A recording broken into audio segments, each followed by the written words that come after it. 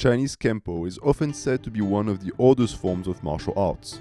Legends state that it was invented by the Yellow Emperor, Huangdi, more than 4,000 years ago, during the mythical Xia dynasty. Today, the sport is more often known as Kung Fu, although it has retained the spirit and methods of its ancestral name. Considered as the origin of every Eastern martial arts, it is still alive and well today and is taught across the world with no location more famous than the Shaolin Temple. There, monks and fighters of all origins and nationalities polish their skills in order to become stronger. Or at least that's what they want to sell you in the brochure. A lot of people, serious martial artists included, carry a certain degree of contempt and skepticism towards the art of Chinese Kempo, questioning its effectiveness in real combat and challenging the idea that a Shaolin fighter would be able to hold his own against someone with a high level in MMA. Grappler Baki contradicts that narrative by introducing the character of Retsu Kaioh, a practitioner of the millennial art who carries a fierce love for its practice and customs. More than anything, he cannot stand people who take the history of his sport lightly and doesn't hesitate to confront those who do so to demand apologies. This aggressivity does not stem from an inferiority complex born of weakness. Quite the opposite actually. You see, Retsu perceives Chinese Kempo as being the father of all other martial arts, and therefore conceives its superiority over them as being self-evident.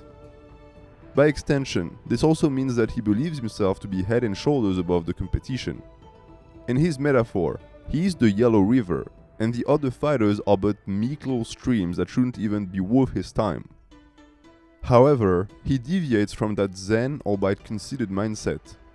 For him, the Yellow River has an obligation to invade and dominate the other waterways, and so he has no issues calling out people who he deems as disrespectful towards Chinese Kempo. He is written as the exact opposite of the Shaolin monk archetype, who is perceived as calm, collected, and stoic. Indeed, Retsu is quite feisty in his approach, and some of his comebacks are quite legendary, like this one, where he basically tells the guy to beat it and go do some push-ups in a corner. At 5 feet 10 and around 235 pounds, he is not the most imposing when it comes to Baki characters, but don't let his stats and affected vocabulary fool you. This Shaolin warrior packs one hell of a body. His extremely well-developed torso is the result of massive lats and pecs hypertrophy that almost make him look barrel-chested. His traps, in classic Grappler Baki fashion, are also huge and thick, so much so that it seems his bread can comfortably rest in between them. The entirety of his body is aggressively veiny, with arms like a bodybuilder and a perfect six-pack. This is a far cry from the aesthetic but small physique that a kung fu practitioner like Bruce Lee would showcase. The size of his muscles is enough to make his opponent break a sweat, leading Baki and Kato to wonder how someone could even build a body like that. Retsu derives a lot of self-confidence from this perfectly sculpted vessel, and he doesn't hesitate to belittle his opponent openly by offering to teach him a little history lesson in the middle of their fight. Standing on top of 4,000 years of martial arts practice, he sees other practitioners as nothing more but toddlers, struggling over skills that his ancestors mastered millennia ago. This pedagogic disposition is of course but a method to express the disdain he feels for other martial arts, and only functions as a facade to hide a rather violent and belligerent nature. Itagaki, in an effort to continue subverting the trope of the peaceful monk, draws a wicked smirk on the face of the kung fu master as he snaps the neck of his enemy. The fact that this move is called spinning lotus is also no mistake. A meditative posture turned deadly assassination technique is the perfect allegory for what Retsu represents in Grappler Baki. Outside of those personality traits that mark him as an outsider, both with real-life Zen masters and other Baki characters, the way he is drawn also participates in making him feel foreign and out of place. Contrary as what your eyes might be telling you at first, Retsu doesn't have the smallest of waists. However, his upper body width more than makes up for it, creating the illusion of a slim core. If you only look at his shoulders, you will notice that there is enough space to fit 5 human heads there. This is way beyond the realistic male proportions that offer only enough space for 3 heads to fit at the same time, and even surpasses the heroic canon standard that allows for 4 heads to cohabit on the scapular belt together. Overall, these proportions give his body an unnatural, almost uncanny feel to it. It is also the reason why Baki, who should be used to witnessing muscle monsters at this point, reacted so strongly to seeing Retsu without a shirt for the first time. While other characters, such as Yujiro, Jack, or even Doppo, showcase bodybuilder level physiques, it was the first time that this type of morphology was used to depict a main protagonist of the series. And considering how important Retsu is for the rest of the story, it's no surprise that Itagaki would save that specific look for him. These comical body features are pushed to an extreme when he fights, as this panel represents. A large portion of why he looks so buff is the amount of ribcage expansion that his upper body showcases. And so when he decides to actually spread his back and fill up his lungs, the visual becomes even more striking. The entire core and lats area looks just like the head of a king cobra, which is fitting considering that this pose, beyond being simply impressive, is also the build-up to one of his most famous techniques. By expanding the muscles of his chest, abs and back, Retsu becomes capable of inhaling superhuman amounts of air into his lungs, which he then propels at high speed towards his opponents, blinding them in the process. More than just a silly little trick, this is more of a representation to how far he's actually pushed his body, allowing the use of attacks that are borderline paranormal. This is again drawing from the Shaolin mythos that would have monks possessing supernatural powers, such as the ability to control ki, or to make their bodies unbreakable. Because this is Grappler Baki we're talking about here, the explanation for all of these feats remains the same: training. With 4,000 years of knowledge under his belt, Retsu is armed with the best training methods to sublime his body and turn himself into an unbeatable fighter. A big part of it, and a primordial skill to possess for those who wish to be called Kaioh, is the ability to sculpt a rock into a sphere without the use of tools. By doing so, the practitioner develops their striking power while at the same time conditioning the limbs to become sturdier and callousing the mind to be able to handle any type of pain or challenge. As someone who was bestowed with the title of Grandmaster, Retsu is fully capable of using this power for destruction, which he showcases when he shatters a wall with his bare hands. Not only are his movements too fast for the eye to even see, but he seems to not even exert himself that much in the process. To him, this takes less energy than swatting a flywood. His movements are actually so quick that it takes a full second for the wall to start crumbling down, enough for him to turn around and hit a classic kung fu pose. Far from representing the value of humility that we often attribute to monks, Retsu is actually quite the show-off. His martial disposition, despite its stoic nature, gives away the sense that this might all be an act, put in place in order for him to embody the superiority of Chinese Kempo over other arts. This aligns quite well with the philosophy of Grappler Baki, where every fighter is supremely confident and has the innate belief that their method of fighting is superior.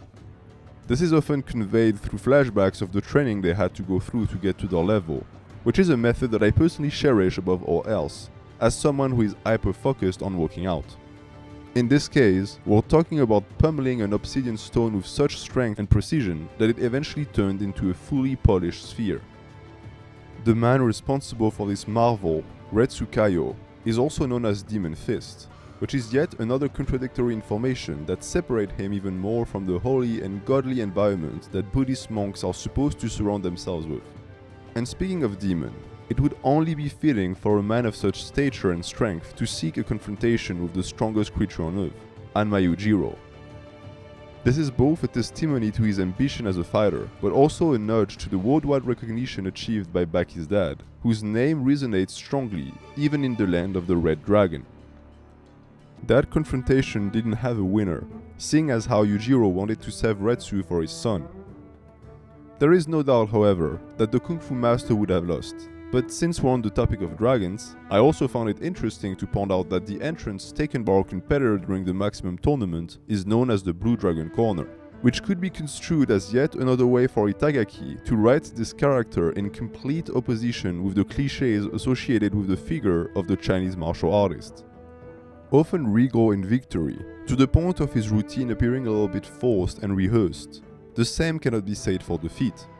As long as his methods are proven to be superior, Retsu is arrogant and domineering. But the second he is challenged on something or feels like he is losing ground, his ego revolts and he abandons any semblance of social restraint. To reveal his true face, one of a man who is deeply loyal to Kung Fu and prone to intense bouts of passion to defend it. Beyond all else, his main obsession is to remind the world of the glorious history of Chinese martial arts, to the point of sounding like a broken record at times. This also often means that he gets sucked in the face mid-speech by an impatient opponent, which doesn't stop him from doing it again several times a match. The moral of the story is that if you've got a big enough neck, you can run your mouth as much as you want. This seemingly unshakable pride for Kung Fu is explained more in details when a flashback from 2000 years ago reveals the secret story of the Dragon Road, which was the path taken by Chinese martial artists seeking to reach Rome to participate in pancration fights. As they absolutely dominated the competition, they received the nickname of Dragons and were feared and resented by the locals, who had to see their best Coliseum fighters bested times and times again by a martial art they didn't understand. Most of that incomprehension came from the abundance of kicks that were utilized by Chinese competitors to defeat their Roman counterparts. While pancration was extremely close to MMA and did not disallow their use, it was more of a mix of wrestling and boxing, and the legs were most often used for footwork and takedowns. Following in the steps of his ancestors, Retsu's feet are weapons of destruction, with just as much muscle and veins as the rest of his body. The Kaioh compares the removal of his shoes to the action of a boxer removing the gloves before getting into a fight. Once again, we fall into the good old Dragon Ball trope of a character removing clothes to become stronger. It might be overused and a little bit cheesy at this point, but I enjoy it nonetheless. The idea that your power level can rise simply by virtue of taking off your socks appeals to the shonen manga fan in me. Retsu seems to share that childlike joy, seeing as how giddy fighting barefoot makes him. Additionally, it is also interesting to note that the condescending attitude he harbors towards other fighters goes beyond the realm of martial art, and also touches on the subjects of race and nationality.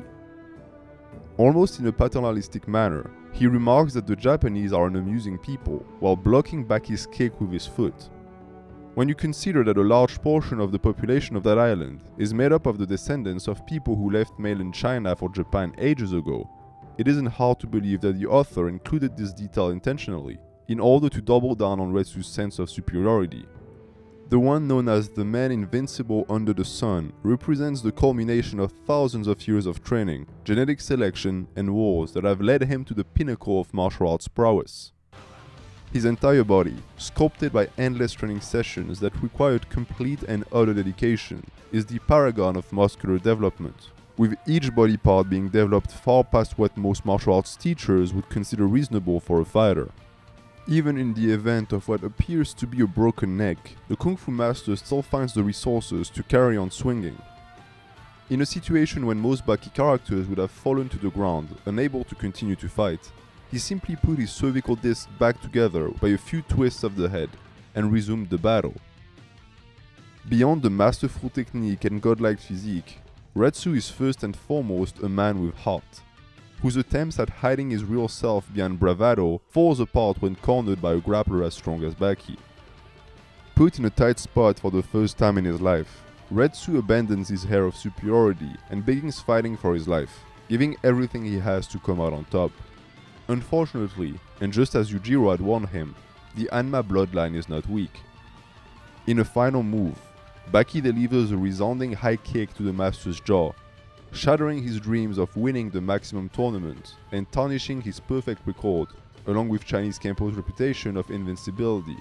Someone should have told him that Baki isn't Roman. Thanks to his perfect body control, Retsu managed to avoid a fatal injury by disconnecting his neck from his skull, allowing the discs to rotate freely without causing any fracture. The Chinese Kenpo of which he was so proud of saved him here, but it also ended up almost killing him during the battle, as Baki utilized his very own spinning lotus move against him to end the fight. The hero of the story, usually so respectful towards those he defeated, stares down at his vanquished opponent angrily. Contaminated by Retsu's arrogant behavior, he seems to have evolved throughout the fight, as if something had awakened him, triggered by the Chinese Kenpo he was forced to face and overcome. As a response to the threat that 4,000 years of martial arts history represented, the Hanma blood was forced to resurface in order to grant their heir victory over the Oriental Dragon. Retsu would forever be haunted by the face he saw that day, that of a grinning demon. This apparition foreshadowed a number of events that would later upheave the world of Grappler Baki with the power of its significance. But that will be for another episode of Muscle Manga.